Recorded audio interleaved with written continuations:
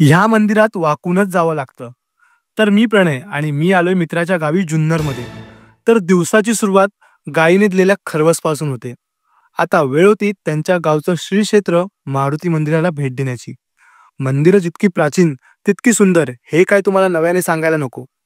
मंदिरात जाण्याचा प्रवेशद्वार जितका वेगळा होता तितकीच सुंदर मंदिरातल्या प्राचीन महादेवाची, हनुमंताची आणि बाप्पाची मूर्ती होती.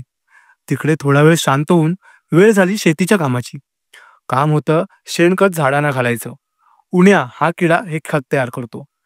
शेणखत भरून ते वावरात नेलं. इतक्या सुंदर वातावरणात ही कामं करायला प्रसन्न वाटत होतं. एक एक करून प्रत्येक झाडाला खत दिलं. ते समजून घ्यायला चांगलं वाटत होतं. ज्या झाडाला आधार नव्हता त्यांना ह्या पद्धतीने आधार दिला. काम करत असताना ही फळं बघायला भेटली. ही कुठली फळं आहेत ती कमेंट सेक्शनमध्ये नक्की सांगा. बाकी शेतकरी राजा 12 महिने शेतात राबतो. आमच्यासाठी एक दिवस हे काम करायला उरावर येतं. पण आपला शेतकरी राजा नित्यनियमाने हे सगळं करत असतो. जेव्हा तुम्ही ते राबता तेव्हा खऱ्या अर्थाने समजतं जय जवान जय किसान. पहिल्यांदा शेतीचा हा अनुभव मला मित्रामुळे घ्यायला मिळाला. बाकी जुन्नरकर वावर आहे तर पावर आहे.